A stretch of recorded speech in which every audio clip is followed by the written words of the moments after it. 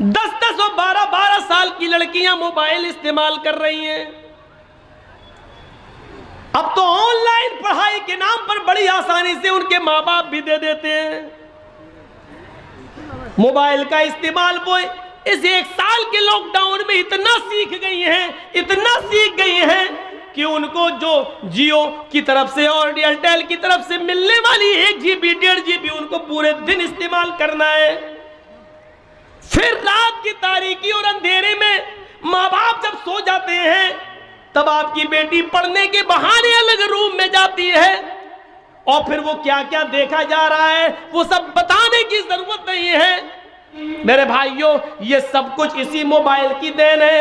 اسی نے زناکاری کے سارے اسباب اور راستے کھول دیے ہیں جو آج ہم نے اپنی بیٹیوں کے ہاتھ میں دے رکھا ہے. یہاں سن سب رہے ہیں لیکن کسی ایک کی مجال ایسی نہیں کہ سننے کے بعد جائے اور اپنی بیٹیوں کے ہاتھ سے موبائل چھینے کہ میری بیٹی تمہیں موبائل کی کیا ضرورت ہے، تم تو میرے گھر کی زینت ہو، تم تو میرے جگر کا ٹکڑا ہو، تم کسی اپنی سہیلی سے بات کرنا ہے تو میرے موبائل سے بات کر لو، لیکن میری بیٹی تم موبائل کیوں رکھو گی، تم موبائل کیوں چلاؤ گی؟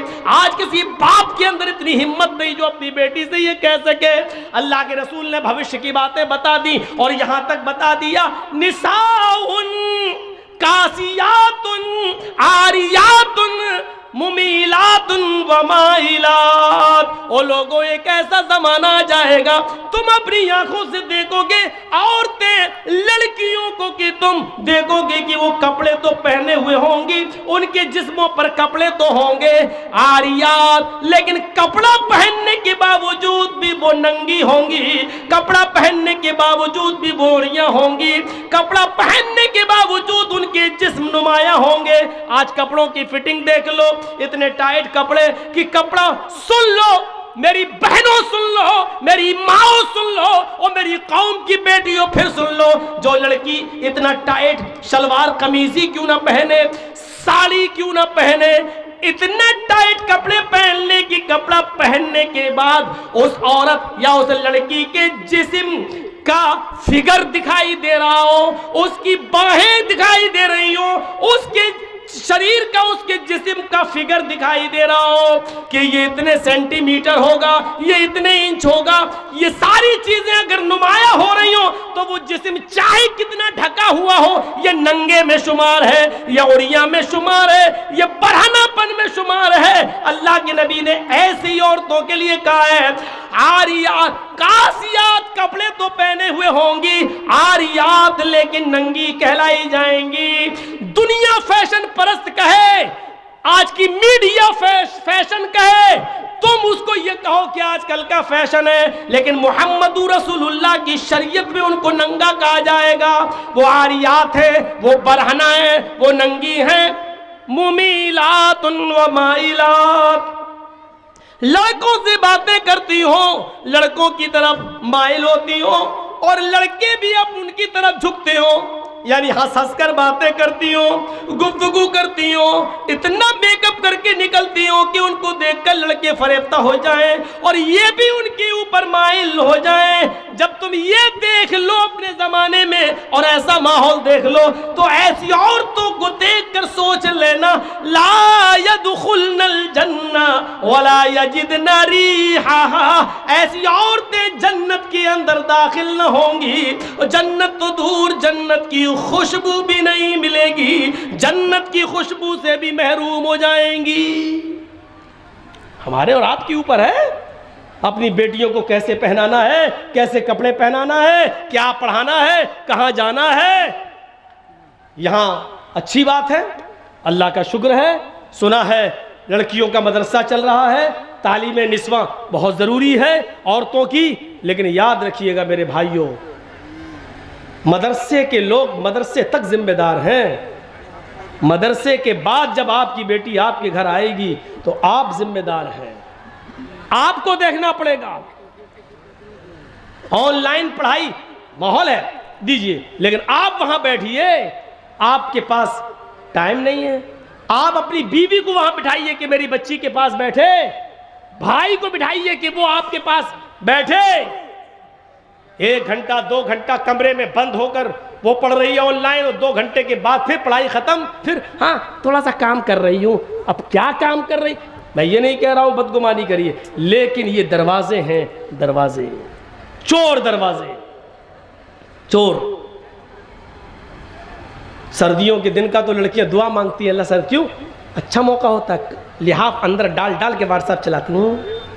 کون دیکھ رہا ہے؟ سردی ہے، ہماری بیٹی سو رہی ہے اور پتہ چلا کہ اندر موبائل چل رہا، واٹس ایپ چل رہا ہے، گفتگو چل رہی ہے. ان چیزوں نے دروازے کھولے. آپ کو معلوم ہے حضرت مریم کی کفالت کر رہے تھے حضرت زکریا، اور جب مریم کے پاس محراب کے اندر، مسجد کے اندر بے موسم پھل آ گئے. بے موسم پھل کا مطلب سمجھ رہے ہیں؟ سیب کا موسم نہیں سیب دیکھا، کیلے کا موسم نہیں کیلا دیکھا. کس نے؟ حضرت زکریا نے. سورہ مریم پڑھیے میرے بھائیوں. جیسے ہی حضرت زکریا نے مریم کے پاس بے موسم پھل دیکھے، یہ وہی مریم ہے جو اتنی پاک دامن ہے کہ جن کو ان کے کسی شوہر نے، کسی مرد نے نہیں چھوا. اللہ نے اسی مریم سے عیسیٰ کو پیدا کیا. یہ وہ مریم ہے جن کی پاک دامنی کا اعلان عرش والے نے، اللہ نے کیا ہے. یہ مریم ہے جن کی پاک دامنی کا اعلان اللہ نے کیا. لیکن ان کے پاس مسجد کے اندر جب بے موسم پھل دیکھے، زکریا نے، ان کی سرپرست نے جب بے موسم پھل دیکھے تو حضرت زکریا کو غصہ آیا. ان پھلوں کو دیکھ کر مریم کی طرف دیکھا. انا لک ھذا، اے مریم یہ کیا ہے؟ یہ پھل تیرے پاس کہاں سے آ گیا؟ تربوز کا موسم نہیں تربوز دیکھ رہا ہوں، خربوزے کا موسم نہیں خربوزہ دیکھ رہا ہوں، آم کا موسم نہیں آم دیکھ رہا ہوں. یہ بے موسم پھل تیرے پاس کہاں سے آئے؟ نیک تھی، پاک دامن تھی، کسی مرد سے اس نے بات تک نہیں کی تھی، کوئی اس کا بوائے فرینڈ نہیں تھا. اس لیے دل کی آواز دل سے کہتی ہے، اے زکریا، اے میرے سرپرست، آپ نے مجھے پال پوس کر بڑا کیا ہے، میں آپ کو دھوکہ کیسے دے سکتی ہوں؟ یہ کسی لڑکے نے نہیں دیا ہے. یقین کیجئے آپ کی دی ہوئی تعلیم کا اثر میرے اوپر چڑھا رہے گا. یہ کسی بوائے فرینڈ نے نہیں دیا ہے. قالت ہوا من عند اللہ، چیخ کر کہتی ہے مریم، اے میرے سرپرست، یہ اللہ کی طرف سے آئے ہیں. یہ بے موسم پھل کوئی فرشتہ لایا ہے، کسی لڑکے کا اس میں کوئی ہاتھ نہیں. جب مریم کی کلاس لی جا سکتی ہے، جب اللہ کی اس نیک بندی کی کلاس لی جا سکتی ہے، اور اس کا سرپرست بے موسم پھل کے بارے میں مریم سے پوچھ سکتا ہے، تو آپ کو اپنی بیٹیوں پر کیسے بھروسہ ہو گیا ہے؟ کیسے سوال نہیں کرتے؟ یہ موبائل تیرے پاس کہاں سے آیا ہے؟ تو گھر سے گئی تھی، تیرے ہاتھ میں رومال نہیں تھا، اب یہ رومال تیرے پاس کہاں سے آیا ہے؟ تو گھر سے ایک کتاب لے کے نکلی تھی، اب یہ 3 کتابیں اور کاپی لے کر آئی، یہ کہاں سے آئی ہیں؟ تیرے موبائل میں بیلنس نہیں تھا، آج 200 روپے کا بیلنس یہ تیرے موبائل میں کہاں سے آ گیا ہے؟ تیرے موبائل میں تیرے ڈیڈی، تیرے ابو کے علاوہ کسی کا نمبر نہیں تھا، یہ 4-5 جگہوں کی مس بیلیں پڑی ہیں، یہ نمبر کس کے ہیں؟ تمہیں شرم نہیں آ سکتی؟ تم اپنی بیٹیوں سے یہ سوال نہیں کر سکتے ہو؟ جب مریم سے سوال کیا جا سکتا ہے، وہ مریم جن کو اللہ تعالیٰ نے پاک دامن کہا ہے، جس کی پاک دامنی کا اعلان اللہ نے کیا ہے، جب اس پاک دامن عورت سے سوال کیا جا سکتا ہے تو ہم اور آپ کون ہیں؟ میرے بھائیوں، اپنی بیٹیوں پر اتنا بھروسہ کیے بیٹھے ہیں؟ کرنا پڑے گا حساب، لینا پڑے گا ہمیں اپنی بیٹیوں کا حساب. اور نہیں لیتے ہو تو تیار رہو، پلانیں گے ہو چکی ہیں، ہماری بچیاں دوسروں کی بہویں بنیں گی اور غیر مسلم بچے پیدا کریں گی. اب ان کے پیڑ سے پیدا ہونے والے بچوں کے نام لکشمن، رام چندر، ہنومان، یہی سب رکھے جائیں گے. انتظار کرو آپ اس وقت کا. بات تو صحیح ہے مولانا، لیکن اتنی دیر تک کے لیے صحیح ہے، بس اتنی دیر تک کے لیے، جتنی دیر کے لیے ہم یہاں بیٹھے ہوئے ہیں، اتنی دیر کے لیے. یہاں سے جائیں گے، ہنستے ہوئے جائیں گے، لڑتے ہوئے جائیں گے، اپنی سائیکل اور گاڑیاں نکالتے ہوئے یہاں سے ہٹ پہلے ہم نکل رہے، ہٹ جی، وہی پرانی روش پہ ہم آ جائیں گے. اور زیادہ موقع ملا تو روش بدلیں گے نہیں سیلفی لینے کی. مولانا صاحب کا فوٹو لے لیں, اپنے ساتھ لے لیں, ہم اپنے دوستوں کو شیئر کریں گے, یہ ثابت کریں گے کہ دیکھو جرجی صاحب سے مل کے آئے.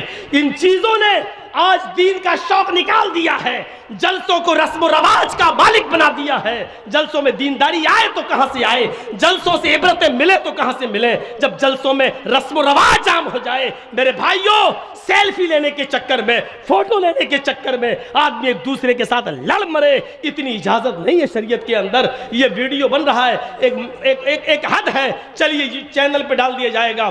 آج جرجی صاحب بھاٹول بنگال میں اتر دیناج پور میں ہے, کل یہ تقریر پوری دنیا میں پہنچ جائے گی. ایک مقصد ہے, لیکن آپ کے ساتھ سیلفی کا کیا مقصد ہے؟ آپ کیا کریں گے؟ شریعت ایسی سیلفیوں کو حرام قرار دیتی ہے جس کا کوئی مقصد نہ ہو. میرے بھائیوں یاد رکھیے, میری بالکل اجازت نہیں ہے کہ آپ کوئی میری سیلفی لے, اور اس کے باوجود اگر آپ لیتے ہیں تو اس کے گناہگار آپ ہیں, ہم نہیں, کیونکہ ہم منع کر چکے ہیں. رسم و رواج چھوڑیے, آئیے کچھ دینی شوق پیدا کریے اپنے اندر, دینی شوق پیدا کریے, رسم و رواج سے اٹھیے.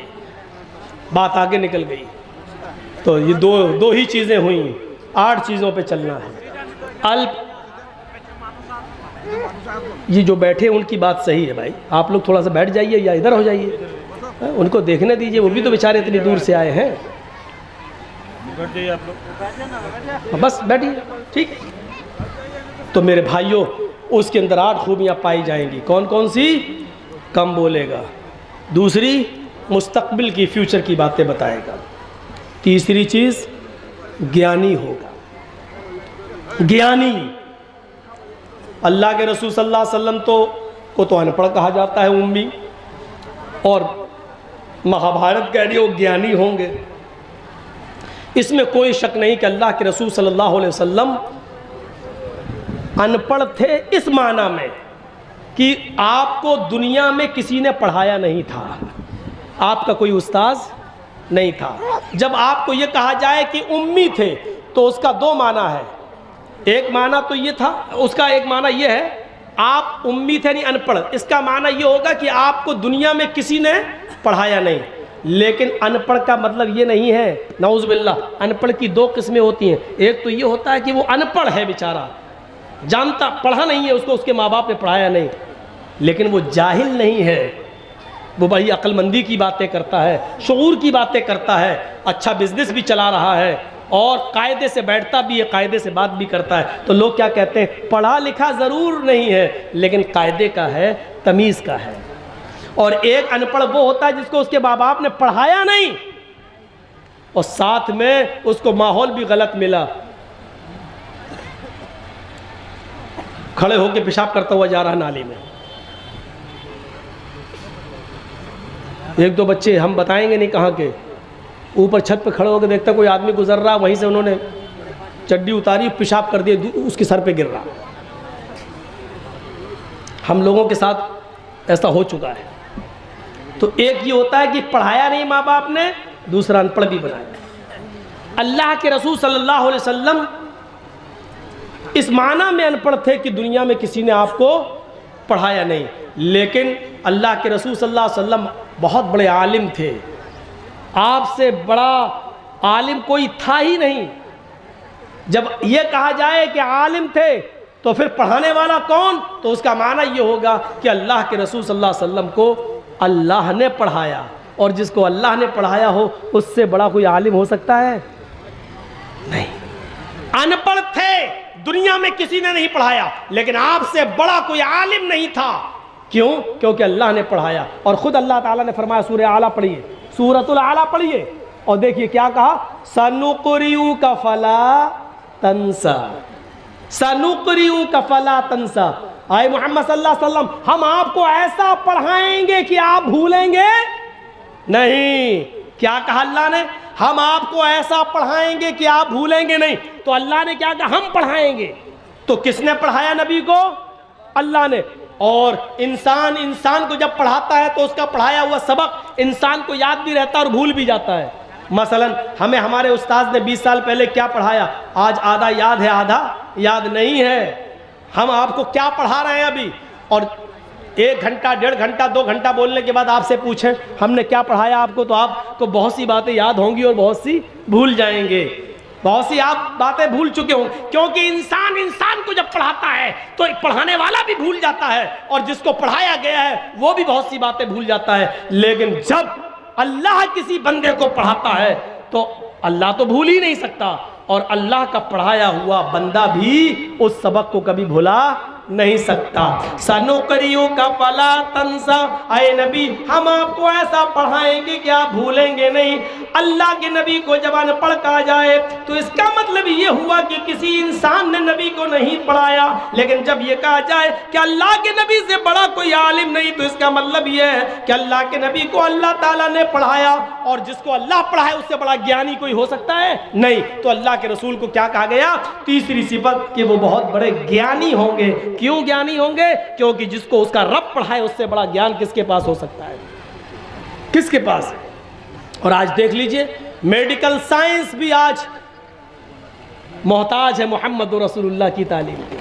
یہ 1400 سال پہلے بتایا تھا نا مسواک کرو، آج میڈیکل سائنس بتلا رہی ہے کولگیٹ کرنے کے نقصان کیا ہے اور نیم کی یا پیپل کی مسواک کرنے کے فائدے کیا ہیں، آج میڈیکل سائنس بتلا رہی ہے۔ یہ ٹیشو پیپر ہوتے ہیں نا جو آپ اس میں چلے جائیے فلائٹ کے اندر، پلین کے اندر، تو یہ بہت سے رکھے ہوئے ملیں گے، اور ان کے ٹوائلٹ میں چلے جائیے تو یہی سب ملیں گے آپ کو، اٹھائیے اور لیٹرن کرنے کے بعد پوچھ کے وہی پھینک دیجیے۔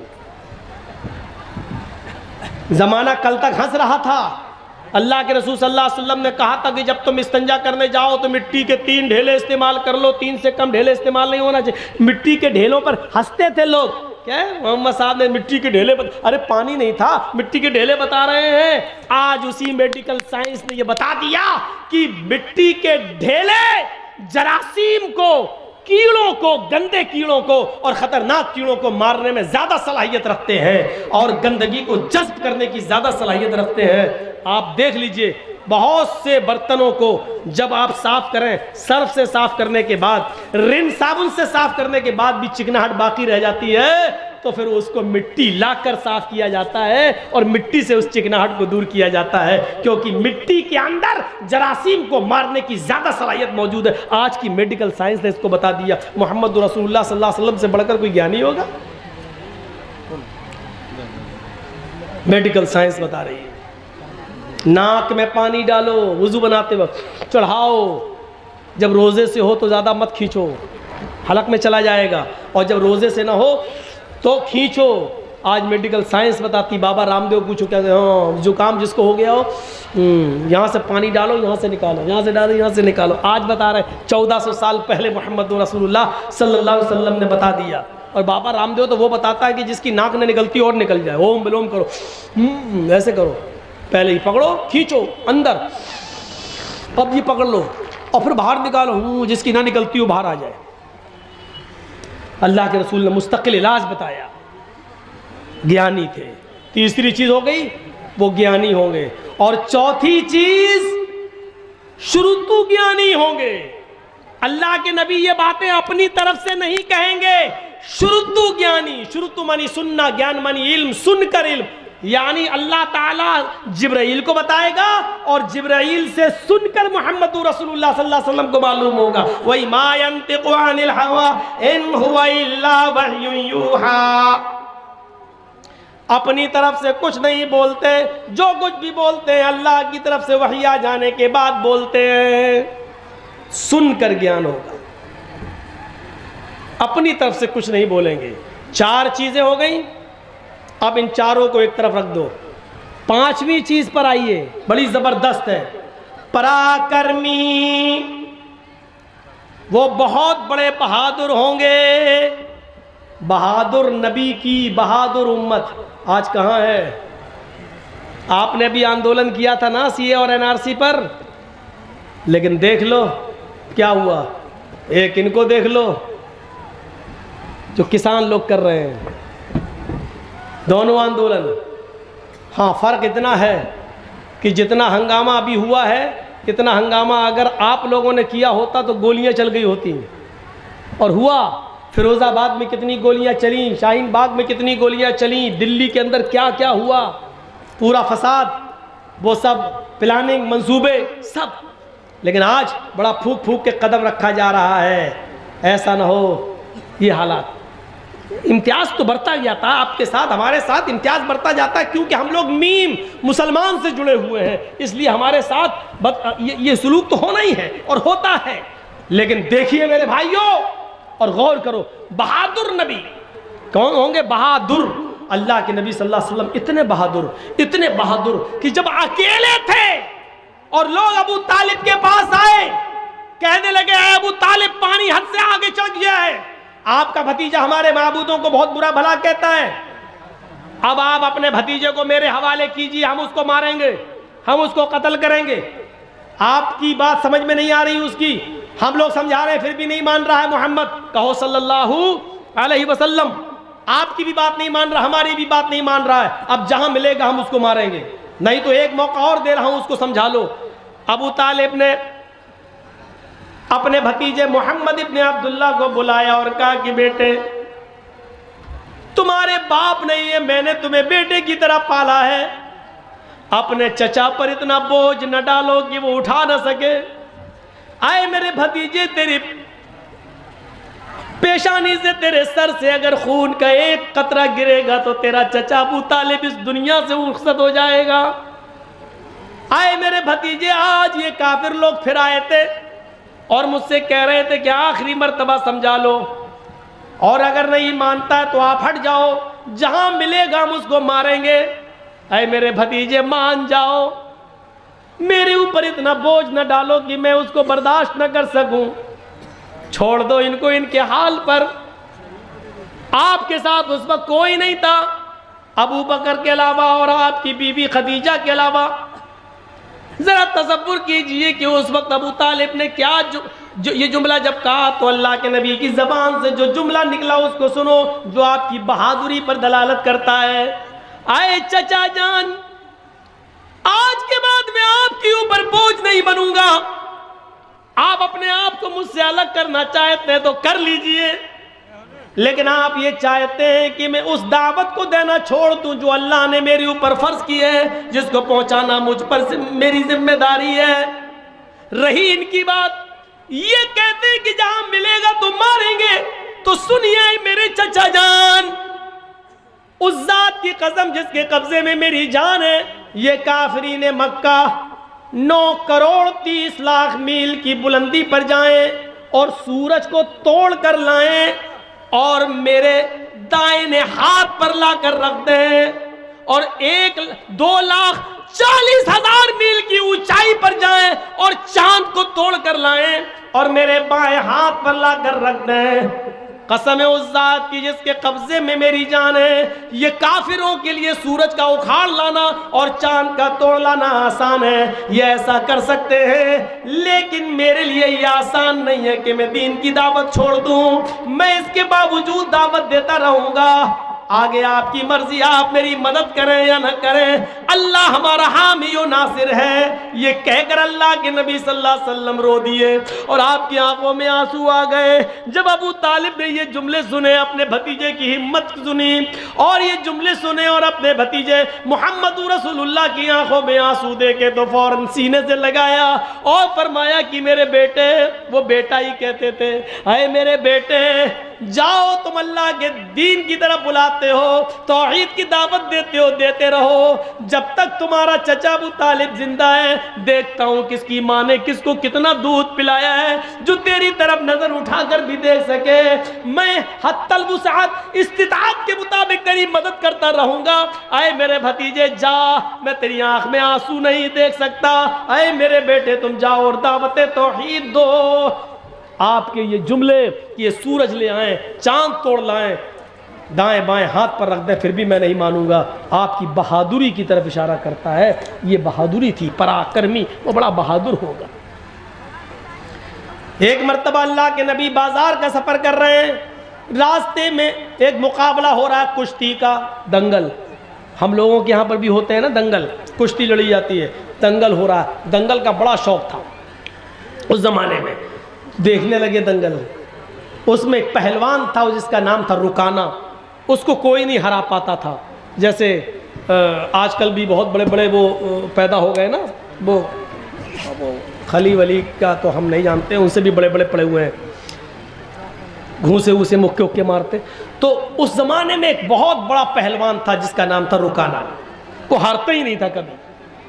تو اس کا مقابلہ چل رہا تھا اور وہ سب کو اٹھا اٹھا کے پٹکتا جا رہا تھا. اللہ کے نبی ایسی دیکھنے کے لیے کھڑے ہو گئے. اس نے جب دیکھا محمد ابن عبداللہ تو اس نے چیلنج کر دیا. اس نے ایسی کہا ہے محمد ادھر آؤ، آؤ تم بھی آ جاؤ، تمہیں بڑا بھروسہ ہے نا تمہارے اللہ پر، تو آؤ نا لڑ لو. آپ نے کہا رکانہ میں لڑنے نہیں آیا، میں دیکھنے آیا ہوں کہ یہ دنگل کیا ہے.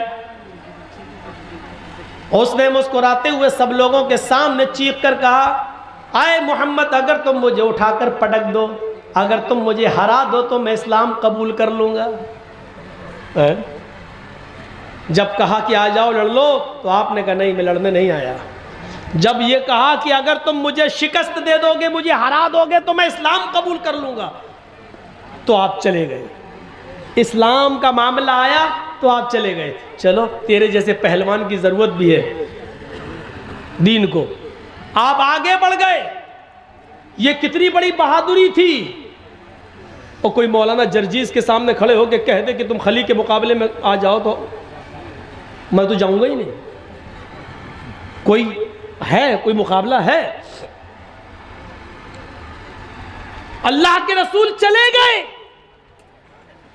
ہاتھ ملایا، شروع ہو گیا معاملہ. دیکھو رکانہ اپنی بات سے پلٹنا نہیں. ارے زبان ہوتی ہے مرد کی، دے دی. وہ سوچ رہا تھا کہ یہ تو تبلا پتلا آدمی ایک جھٹکے میں گرا دوں گا. اس کو کیا معلوم کہ جہاں یہ جاتا ہے رب کی رحمت بھی اس کے ساتھ جاتی ہے، رب کی مدد بھی اس کے ساتھ جاتی ہے. آپ نے ہاتھ ملایا اور کشتی شروع. آپ نے دعا پڑھی بسم اللہ توکلت علی اللہ ربی و ربک اللہ. زاد المعاد میں پڑھی، علامہ ابن قیم نے یہی نقل کیا. یہ دعا ہے. شروع کرتا ہوں اللہ کے نام سے اور اسی پر مجھے بھروسہ ہے. ربی و ربک اللہ، جو میرا اور تیرا دونوں کا رب ہے. یہ کہہ کر آپ نے کشتی شروع کر دی اور آنن فانن میں یک بیگ آپ نے اس کو ایسا پچھاڑا کہ وہ چاروں خانے چت پڑا ہے. دنگ رہ گئے لوگ. ہیں پتلا دبلا انسان اتنے بڑے پہلوان کو. رکانہ اڑتا اور کہتا ہے میرے ساتھ چیٹنگ ہو گئی ہے. محمد نے ایسے موقع پر مجھے داؤں مارا جب میرا پیر پھسل گیا تھا. میں محمد کے داؤں سے نہیں گرا، اپنے پیر پھسلنے سے میں گر گیا. جو ریفری ہوتا ہے، جج جو ہوتا ہے، جو فیصلہ کرتا ہے کہ کون ہار گیا کون جیت گیا، اس نے کہا نہیں بھائی میں نے تو پیر پھسلتے ہوئے نہیں دیکھا. محمد ابن عبداللہ فرماتے اللہ کے نبی نہیں صاحب، اگر اس کا پیر پھسل گیا تھا